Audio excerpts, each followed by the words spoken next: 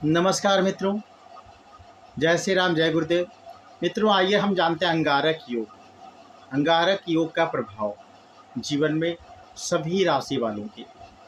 मित्रों, अंगारक योग का प्रभाव जो है वो सबसे ज़्यादा जो है वो पड़ता है यह कि व्यक्ति के अंदर गुस्सा जो है वो अधिक मात्रा में होता है और अपना ही नुकसान वह करता है। व्यक्ति जब भी गुस्सा होता है तो अपना ही नुकसान करता है। छोटे भाई बहनों के साथ भी उसका कम पड़ता है और साथ ही साथ जो है वो उनके मित्र इत्यादि भी जो है लगभग धोखा भी कई बार देते हैं। मित्रों, यदि अंगारक योग जो है वो पहले घर में जो है वो बना हुआ है तो ऐसे व्यक्ति जो है वो अधिक चिड़चिड़ापन, अधिक गुस्सा जो है वो करने वाले होते हैं। इनका दाम्पत्य सुख भी जो है वो बहुत अच्छा नहीं कहा जा सकता। मित्रों, जिनके द्वितीय घर में जो है वो अंगारक योग बनता है तो ऐसे व्यक्ति जो है वो वाणी से विशेष रूप से कड़वापन, इनके वाणी में अधिक गुस्सा, गाली ये वो जो है वो होता है।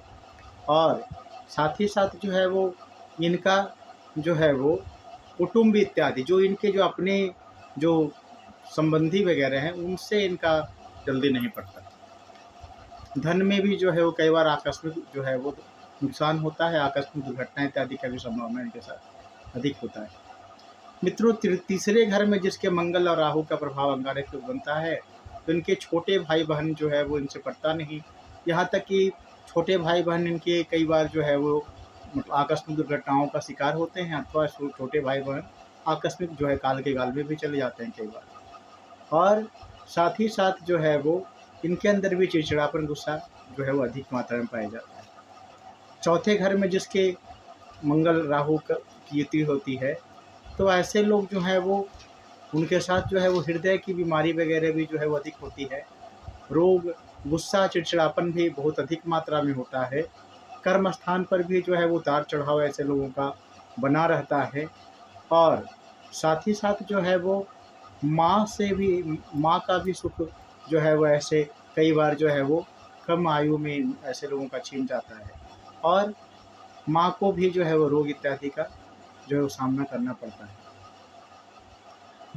तथा इनकी माँ भी जो है गुस्सा वाली होती है। पाँचवें घर में जिनका जो है वो मंगल राहु का प्रभाव होता है तो ऐसे लोग जो है वो विशेष रूप से जो है वो संतान सुख में इनका जो है वो समस्या आता है।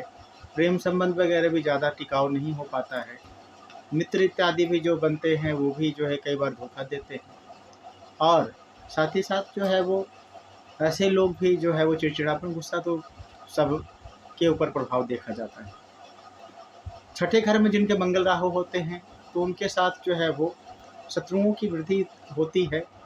ऋण इत्यादि में भी कई बार ये जो है वो कर्ज इत्यादि में भी फंसते हैं और कर्ज इत्यादि दिए किसी को देते हैं तो कई बार जो है वो मिलता ही नहीं है। शत्रु जो है वो बहुत परेशान कई बार जो है वो करते हैं। हाँ, ये है कि ऐसे लोग जो है वो फिर भी शत्रुओं से निकल जाते हैं। रोग, आकस्मिक और आकस्मिक दुर्घटना इसका भी प्रभाव ऐसे लोगों पर पड़ता है। कई बार जलने इत्यादि के कारण से या अन्य प्रकार का बिजली इत्यादि के दिक्कत के कारण से भी इनके ऊपर जो इनका शारीरिक संकट होता है इनके ऊपर। सातवें घर में जिनके मंगल राहु का प्रभाव होता है तो ऐसे लोगों का दाम्पत्य सुख जो है वो थोड़ा दिक्कत परेशानी में होता है। कई बार जीवन साथी के साथ आकस्मिक दुर्घटना भी हो जाता है या दाम्पत्य सुख टूट जाता है या तो फिर जो है वो दाम्पत्य जीवन जो है वो थोड़ा बहुत ही विलम्ब से होता है और फिर भी और साथ ही साथ जो है वो झगड़ा झंझट भी बना रहता है।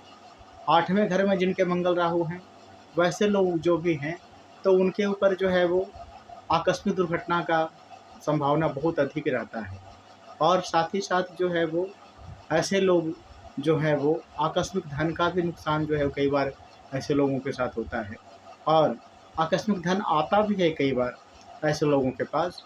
और धन, कुटुंब वगैरह जो भी इनके जो अपने जो होते हैं उनके साथ कई इनका जो है वो पटता नहीं।